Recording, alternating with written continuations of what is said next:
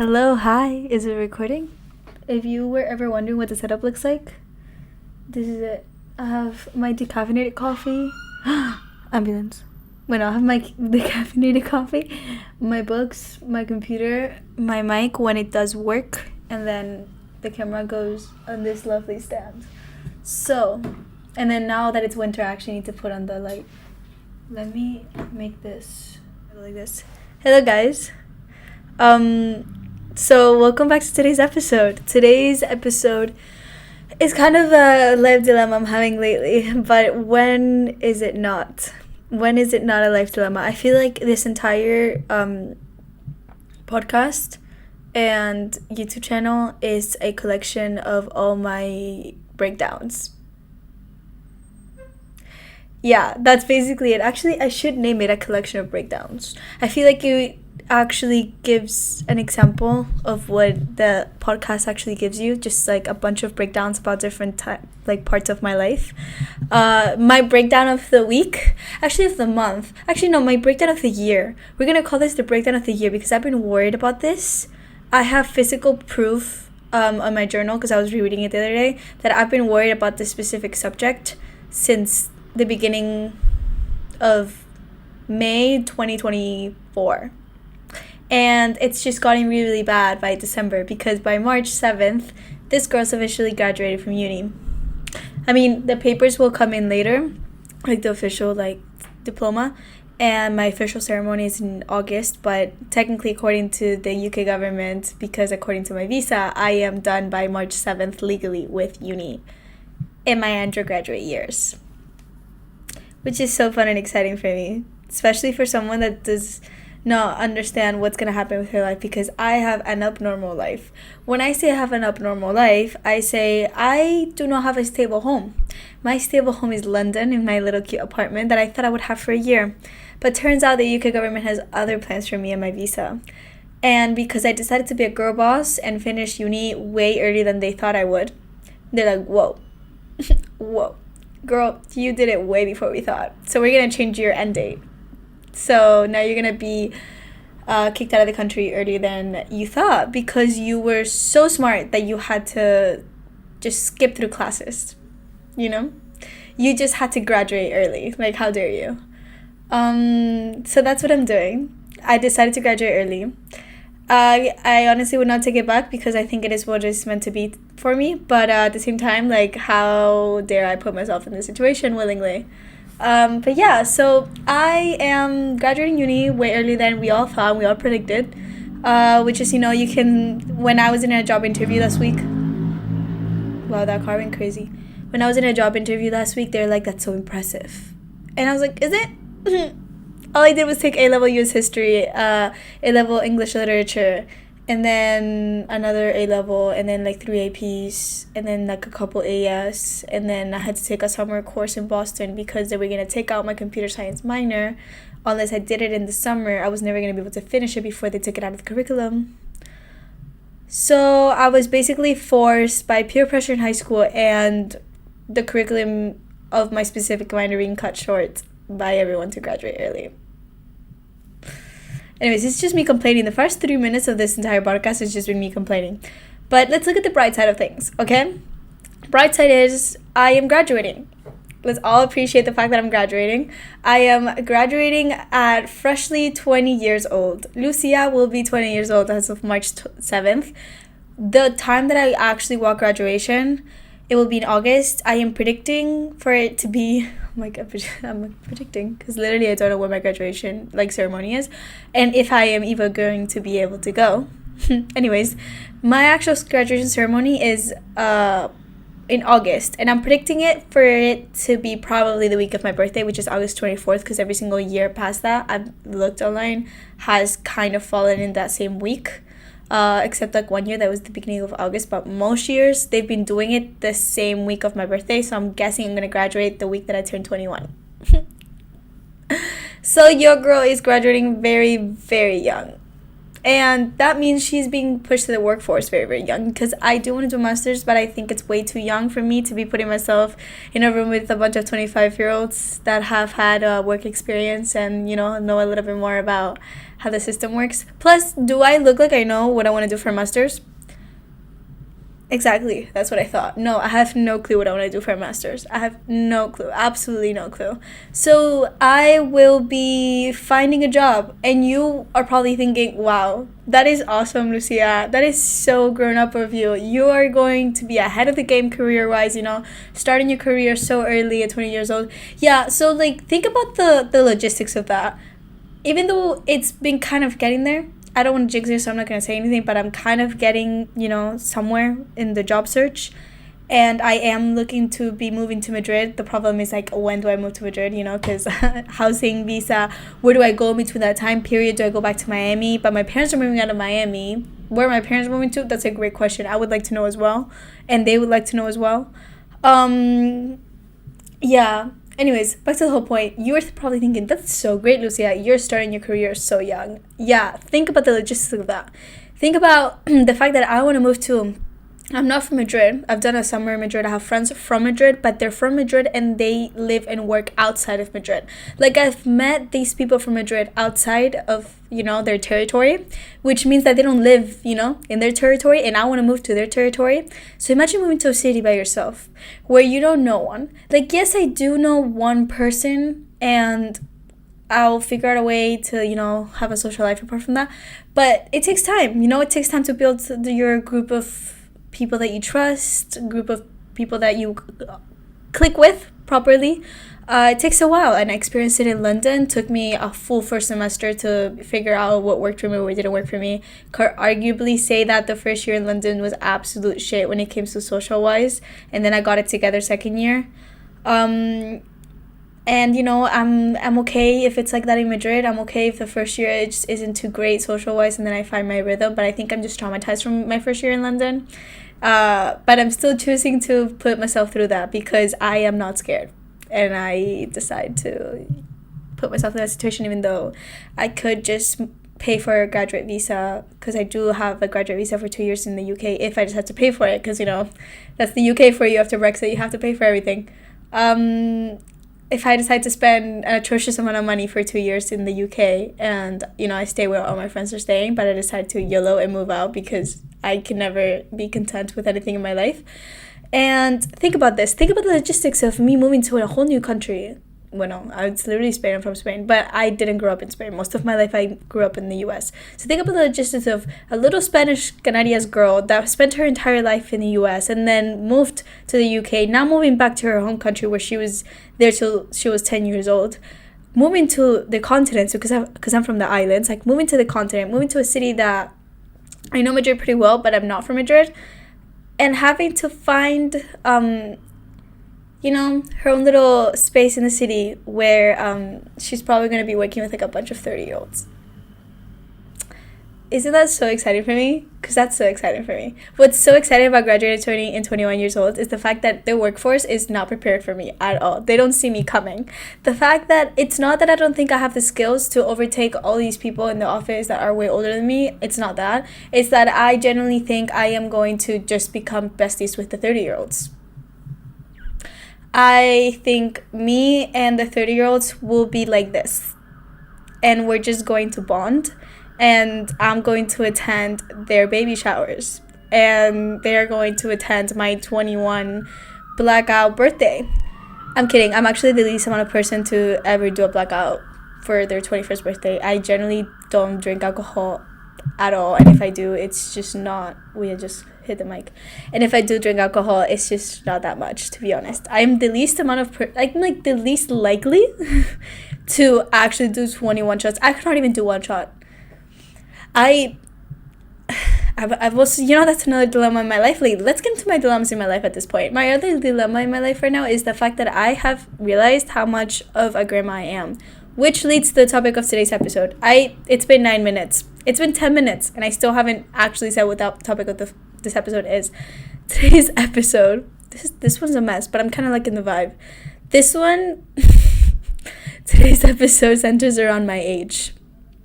That sounds so weird. But it's about how we need to start, like, don't start acting your age. Does that make sense? Acting your age. We're going to be calling this acting your age because it is the dilemma I was about to get into. I've realized that I'm 20 years old and I'm accidentally acting way older than I should be acting. It's not, okay, let's take out the word should, because I should or should not be doing, like, that shouldn't be a thing. I just said should so many times. Basically, what I'm meaning to say is that I feel the societal pressure of, oh my god, you're graduating at 20 years old. That's so amazing. You're going to start your career. You can do so much with your life. Like, this is so amazing. You should be partying, enjoying your last semester at uni. You should be doing student things. You should be getting drunk every single weekend. You should be at every single party. You should be doing crazy things. And the thing about me is, except last year, because last year, if Lucia, sophomore year of university, especially the beginning, first semester, was a wild animal. Wild, but still in bed by 3:30 a.m. But wild animal, okay? I was going out 3 times a week. I was going insane. I had to be out of the house all the time.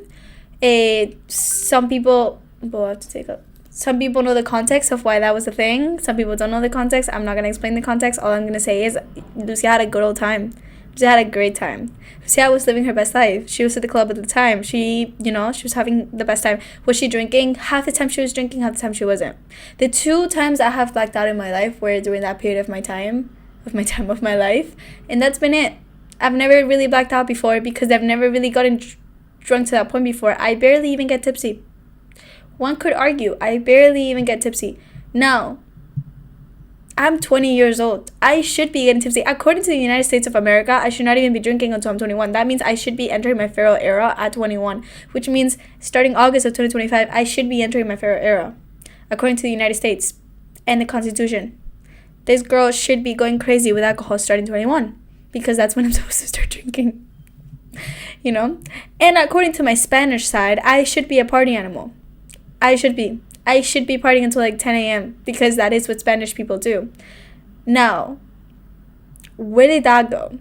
When did I stop acting my age? When I kind of want to go and dissect my life and figure out at what point did I start acting out of my age? At what point did I feel the pressure of having to do things that don't require my age? You know what I mean? I see some people that are still living at home, which, no shame, like, everyone has a different life path, but people that still live at home, people that act like, there's so many of my friends back home that I see them and I'm like, you look like a 19-year-old, you look like you're 20. Like, you look like a 20-year-old. You look like a 20-year-old that's still in university. You look like a 20-year-old that is still trying to figure out her classes and is just worried about studying and it's not worried about where to live in her home and how to figure out her life. And I'm here freaking out. And I think this is where my parents don't see eye to eye, is like the next steps for my future, because up until university, your entire life has kind of been planned for you, even if you had the choice, which I always had the choice to choose what I wanted to do, like, in each step of my life. But you kind of always knew that I had to choose a high school, I had to choose a university. Like, it's that was the next step. Now I'm choosing to start working and then later on do my master's and later on start my own thing. But yeah, it's just it's an interesting point in my life because I see myself so grown up and I see myself not ever moving back in with my parents. No, I don't. I love my parents. Nothing wrong with them. It's just I think I've developed a certain type of independence that I just not collaborate with their living space anymore. I can't collaborate. Like, I realized I really want to. I can't live back with my parents. I've developed a certain independence that it'll feel like jail. Not like jail, but it'll feel claustrophobic if I take out that independence out of the blue again. Once you move out of home, you can't move back in. You can't. It just feels claustrophobic. It feels like too much. And then living with other people and other families, it just feels claustrophobic as well. So unless I'm living with somebody my age or more or less the same age, or somebody that it's at the same point in their life that I am, I don't think I could live with anyone else at this point, to be honest. It's just, I think where I see myself right now in life is way more ahead than my parents see it. And that's just because my head is wrapped around the fact that I'm graduating uni. That means I'm going to get a job. That means I want to start paying for my own apartment. I want to start living and supporting myself financially by myself and figure out life. It just happens that because I'm so young, it's so hard for me to break into certain industries, and even though like I'm getting really close to figuring out some of my life path for the next few months, I'm still getting this pressure of I want to see the world and I want to do things before I start working. And I'm so lucky that I'm finished in March. It's such an awkward time to start a job, so I have time to do that, and then I have time to start working in the summer. But some people just don't see eye to eye, but that's okay, we'll figure that out. But it's really interesting seeing how other people perceive me. Like, yes, you're 20 years old. You should be chilling, relaxing, figuring things out. Maybe move back in with your parents. Try out different industries. Try out different jobs. Save some money. But then in the back of my head, I'm like, but I'm 20. I want to fuck up by, like, paying for my own rent. I want to fuck up by getting my own job and figuring out my life out and putting this pressure of you're by yourself now, like, not I'm by myself because I'm, I always have my family, but I want to start, like, yes, I want to start so young to the point that I want to figure out my life by myself right now. And part of me is so excited to move to Madrid, and part of me is so scared. And depends on the week, if you ask me one week, I'm like, I am so scared. I don't want to end London. That's another thing, I'm so sad to leave London. I realized yesterday I was in Winter Wonderland, and I realized how much I love this city and how much I love this place and how sad I am to leave it. And then I started getting all of this pressure of, oh my god, I never went to Scotland. I have to go to Scotland now before March. Then I want to go to Edinburgh. Then I want to go to Dublin. Like, there's so many things that I haven't done that I told myself I was going to do while living here. I still haven't seen most of the UK. So it's like I'm feeling all this pressure if I need to figure things out by myself, and I want to do all these things before I move out. And then there's also the pressure of you're 20. And then I came to a conclusion the other day of I need to stop putting a label on my age. I need to stop putting a number on my age and more focus on what specific point in my life I am in. Because if we're putting this pressure of, oh, I'm 20, I should be having an early start in my career, or I'm 20, I should be moving back in with my parents and saving some money and doing all of this, or oh, I'm 20, like, let's go out every single night and let's get drunk and then let's, chill out and do all this crazy stuff, and and then the minute that I stopped putting the number in front of me, I was like, no, the facts is I am finishing uni, and how I feel that my mind is built right now and my maturity level is, or at least that I believe it is, and where I think I am the point in my life, I think I'm in the point of my life where I am going to just get a job and try to figure it out by myself, because that's where I think I'm at mentally. I'm figuring out if I want to make it make sense. To make it make sense, I want to slowly build my life based on what I think feels right at this moment for what specific step I'm in at the second. I don't know if that makes sense. I don't want to take steps based on my age. That's the summary of all of this. The summary of all of this is I'm 20, but that shouldn't affect any of my life decisions, because my specific position is just not the one that a lot of people have. A lot of people even start uni at 20 years old.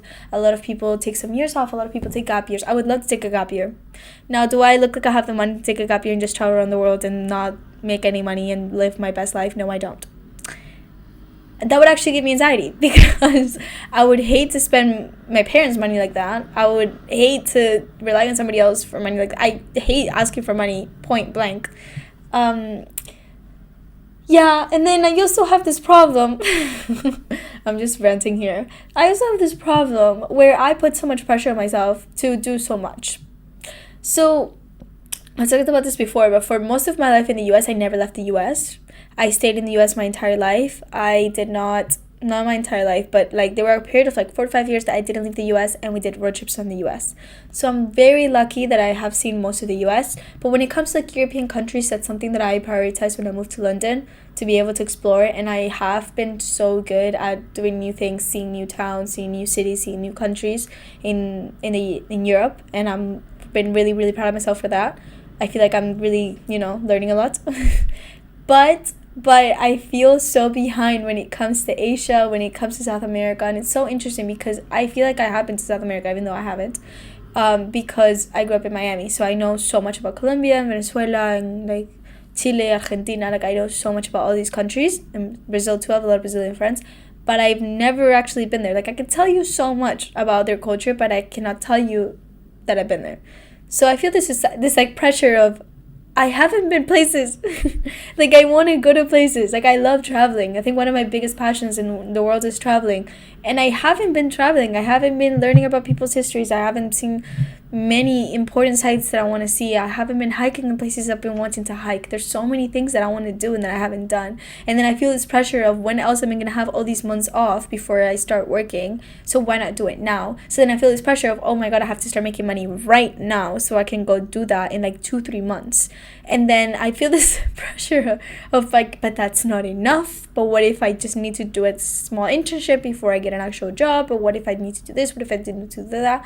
And then I sat down after this entire roller coaster of emotions that drove me absolutely insane. And I'm sure it's driving whoever's listening insane by just listening to this back and forth, that I don't need to do anything.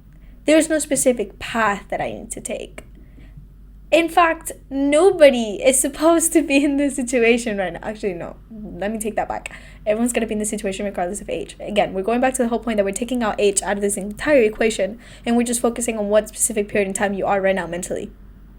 Mentally, I'm in a period in time where I have such a travel bug, where I have the need to move to a different place because I want to experience a different place living-wise, and I want to move and travel around for a little bit, and I want to have new experiences, and then I want to start working, and then from working, at some point I want to move to another country after that. I mean, I still have my life plan. My life plan is still going to happen. I still... it's I looked at my life plan the other day and it said Australia for the summer, Mexico for another summer, and then I was like, why not this summer? Why am I putting it off? Why am I putting it off to the side? Yes, I'm graduating. Isn't this the time for me to be doing something crazy? Isn't this the time for me to take advantage of the fact that I'm graduating so young and I have so much time off and I can do so much with my time? I feel like this societal pressure, if I have to work, go to the workforce, make some money, da-da-da. Yes, I'm going to do that. Yes, that is what I've been working towards. And yes, that is going to happen. Because how else am I going to survive as a human being, But apart from that, how else am I going to survive if I'm going to go insane knowing that I lived but I didn't live? This just got so sentimental so quick. My dream, if you asked 14-year-old Lucia what her dream location, like her dream place that she wants to go visit, she would say Korea. It stayed constant for like 4 to 5 years. I am now 20 years old and I've still not touched Korea. I studied Korean for 4 years by myself. I watched every single K-drama I ever invented. I watched so many Korean movies. I listened to so much K-pop. I listened to so much K-rap. I have never touched foot in that country. And I thought about it and I genuinely reflected on my life, and I was like, if I don't do it now, what am I waiting for? If I don't decide to put my mind into I have to go to Korea in May of 2025, when else am I going to go to Korea? When else am I going to do all these things that I said I'm going to do? If I don't start pushing myself out of this comfort zone, or like I start pushing myself to get things done and be like, let's move it, let's do it now, it'll always remain a life plan, quote unquote, like a thing that I planned to do and I never did. And it's so funny because this is giving me such deja vu to when I was looking at unis.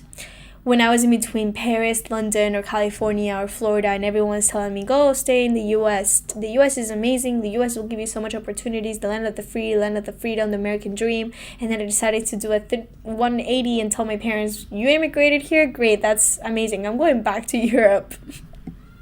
Like, bye. Thank you so much for this amazing opportunity, but I'm going back to Europe.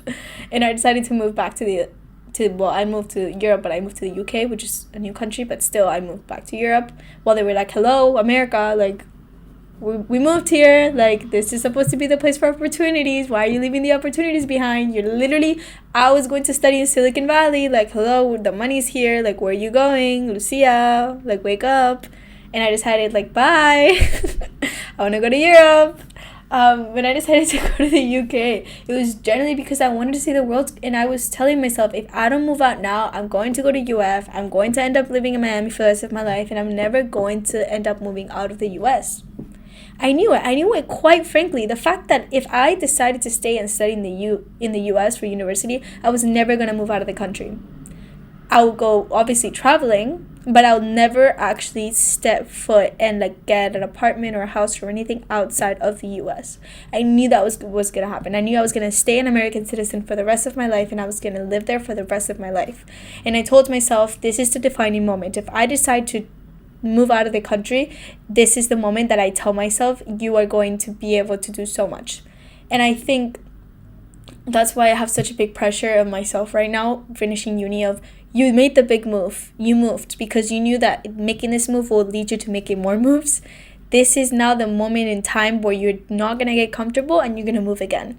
And I'm sure in 2 to 3 years, I'm going to sit with myself and I'm going to think, this is the defining moment. You're going to have to do the big move and be uncomfortable again. But because it was worth it the first time, and it was worth it the second time, and we're going to do it the third time. And I know I'm going to have emotional breakdowns about it, and I know I'm going to go crazy, and I know I'm going to have an existential crisis again every 2 to 3 years, but it's just how it's going to go until I'm old enough and I just buy a house and I settle down wherever I end up. I know it. I know that it was going to happen. I know after Madrid, I'm probably going to go, bye-bye, here's Australia. How are you? I'm with the kangaroos now. I just know it. I know that's what's going to happen, and I'm very excited, and I'm very proud of the person that I'm becoming, and I'm very proud of how self-aware I'm becoming, and how much I push myself out of the comfort zone, and how much I'm willing to not listen to my parents. I love you all very much, but I didn't listen to you when I got my Domino's pizza job. I didn't listen to you when I got my dog walking job. I didn't listen. Well, no, actually, London, they were pretty like, you need to do it. Yeah, no, that was like that was a decision made collectively, but there's been so many decisions that I've done knowing that at the beginning that I wasn't gonna get much support, quote unquote, but I still did it, and it was still an amazing decision. You know, like, you could arguably say that they would be happier with me if I moved back to the US, because it is the land of opportunity, quote unquote, arguable. Very debatable at the moment, not gonna lie. I kind of don't like at all how the US is heading. And that I'm staying in Europe, which is just not, Spain's not the greatest economically, like, let's just argue that, but quality of life, or go back to the US where there's shootings every single day and people are just really racist and just not the greatest, and I just don't really like that country right now. But anyways, so takeaways from today's episode, which hopefully there's some cohesive thought between this entire mental breakdown, is that don't let age define you. Think when you're about to make a decision in your life, and when you're about to make the big next step in your life, reflect on where you are mentally, emotionally, and what it is best for you at this specific moment, not what you're expected to do. Don't think about, this is what people my age are doing, this is what people at this specific time frame are doing, or this is what everyone of my friends are doing. Think about what is best for you. What position are you in, emotionally, physically, financially? Like, how can you enhance your life with the resources and in the position that you're in? And then let everything fall into place, because by we I mean me, if I start making decisions based on the fact that I'm freaking out that I'm so young and I'm going to be working with relatively older people than me because I just graduated so young, then we're going to let fear guide us, and that just won't be the best. So we just need to push through it. Know that everything will come into place. I know right now I sound very calm and I sound very positive, but I promise you, yesterday, I was not very positive and very calm, and I was thinking the world was ending. And I have those days. I have the days where I think the world is ending, and I have those days where I think there's sunshine and rainbows at the end of the tunnel. And I'm almost at the end of the tunnel. And then there's days that I'm like, wow, the tunnel is so long. I really don't see the light. It's actually pitch black right now.